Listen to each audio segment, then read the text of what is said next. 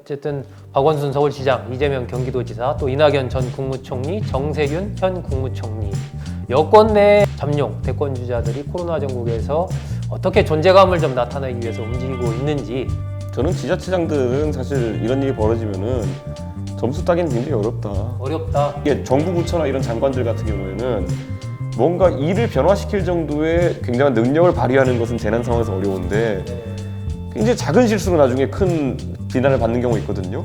각자들 자기가 선자리에서 자기가 가용 가능한 그런 방법들을 통해서 위기관리 능력들을 보이려고 할 텐데 좀 지나봐야 국민들 사이에 누가 좀 부각이 됐고 누구는 기대에 못 미쳤다 이런 평가들이 나오지 않을까 싶습니다. 예, 여러분 안녕하십니까. 시사저널TV 시사 끝장 시간입니다. 코로나 전국이 전국을 강타하고 있습니다. 우리 시청자분들 개인위생관리 철저히 해주시고 손 씻기만요 30초씩 하루에 철저히 해주셔도 감염병의 70%는 예방할 수 있다는 게 전문가들의 얘기입니다. 마스크 꼭 쓰시고 손 열심히 비누 사용해서 30초 흐르는 물에 씻어 주시는 이 생활 습관을 생활하면 좋지 않을까 생각을 해봅니다.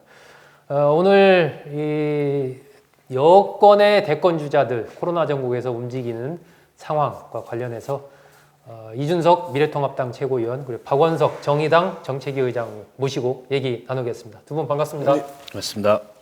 이게 어쨌든 비상 사태다 보니까 여권에서도 모든 가용한 자원들이 총동원돼서 지금 이 부분에 대한 방어를 하고 있는 그런 상황인데 이번 주제는 어쨌든 박원순 서울시장, 이재명 경기도지사, 또 이낙연 전 국무총리, 정세균 현 국무총리, 기타 또 다른 분들도 있는데 다른 분들은 특별히 지금 움직임이 딱 보이는 건 없는 것 같아요. 그래서 여권 내 이제 이른바 잠룡 대권주자들이 코로나 전국에서 어떻게 존재감을 좀 나타내기 위해서 움직이고 있는지 그런 부분에 대해서 좀 얘기를 나눠볼까 하는데 이준석 최고위원 보시기에는 어떻습니까 지금?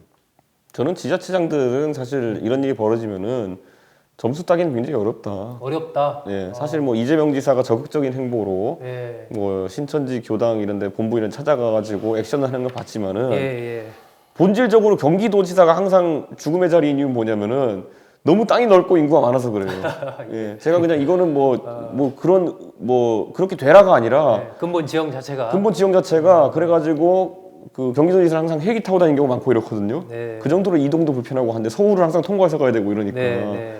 그런데 이번에 아마 이재명 지사가 1,300만 명 경기도 도민들의 방역을 모두 다 이렇게 완벽하게 막아내기는 어려울 것이다. 현실적인 한계가 있고 그러다 보니까 이재명 지사가 상징적인 행보를 많이 보이는 것이고 박원순 시장 같은 경우에는 저는 메르스 때 지난번 때 한번 본인이 세게 나왔죠? 행보했던 것이 있기 때문에 뭘 하더라도 그때 했던 말들이 발목 잡을 것이다. 그때는 와가지고 막 기세 좋게 여러 얘기 다 했잖아요. 지금 그거에 반의 반도 안 하잖아요.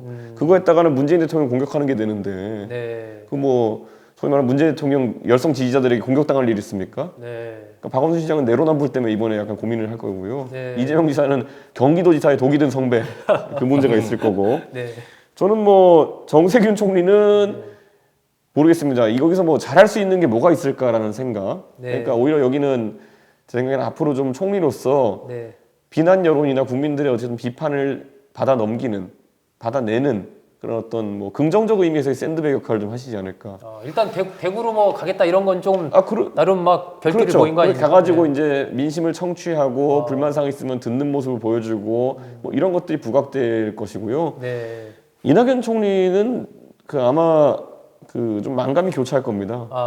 이 상황 속에서 본인이 그 코로나19 위원회 이렇게 맡았다고 하는데 정당의 위원회라는 게 딱히 할 게 없습니다.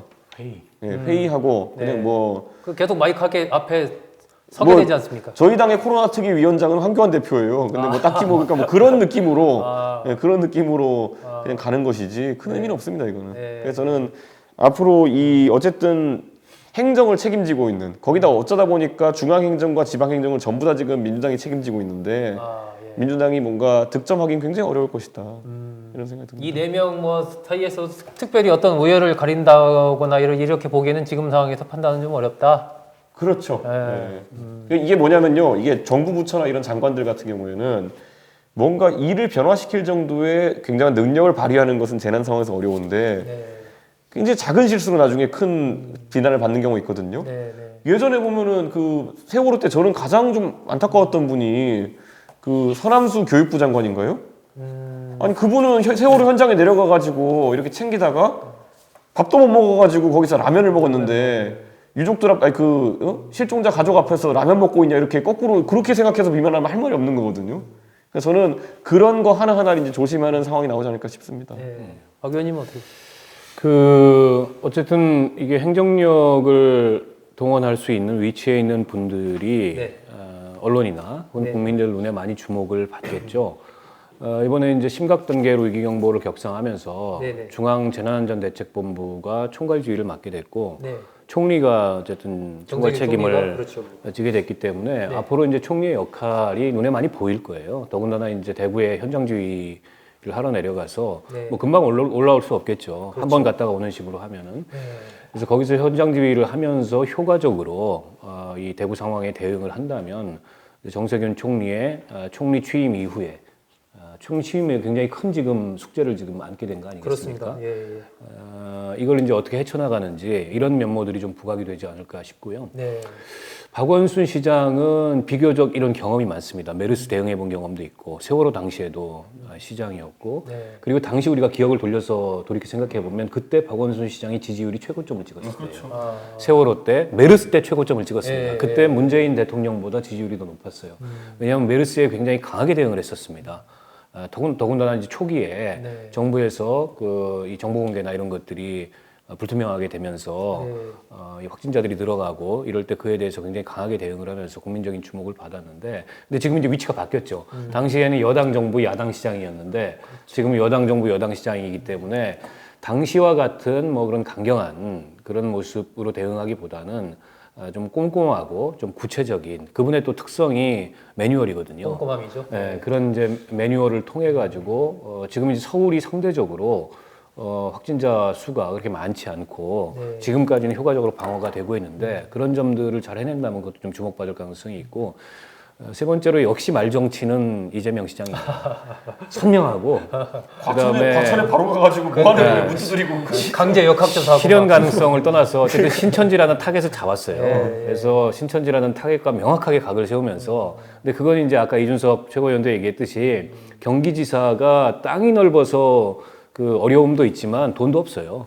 서울시장하고 비교하면 네. 31개 시군으로 갈라져 있기 때문에 이게 서울시하고는 또 다릅니다. 서울시는 25개 구가 이렇게 모여 있잖아요. 네. 이거는 서울을 둘러싸고 31개 시군이 퍼져 있어요. 네. 그럼 이런 상황에서 이 물자, 자원, 재정 이런 걸 동원하는 게 쉽지 않고 때문에 말정치라도 세게 하고 나갈 수밖에 없는 이제 그런 이제 자기 포지션에서의 그 역할을 지금 하고 있는 거고 이낙연 선대위원장은 지금 이제 후보고 본인이 네. 또 선대위원장이기 때문에 근데 여기서 가질 수 있는 장점은 오늘 아침에 이제 당정협의가 있었잖아요. 그런 당정협의 통해 가지고 계속 메시지 내고 그렇죠. 뭐 이런 게 가질 수 있는 장점이어서 뭐 지금 누가 그 비교 우위에 있다, 비교 열위에 있다 이렇게 평가하기는 어려운데 각자들 자기가 선 자리에서 자기가 가용 가능한 그런 방법들을 통해서 위기 관리 능력들을 보이려고 할 텐데 좀 지나봐야 네. 국민들 사이에 누가 좀 부각이 됐고 누구는 기대에 못 미쳤다 이런 평가들이 나오지 않을까 싶습니다. 근데 이게 잘 보면요, 그 이낙연 총리님이 총리로서 굉장히 호평을 받고 했지만은, 예.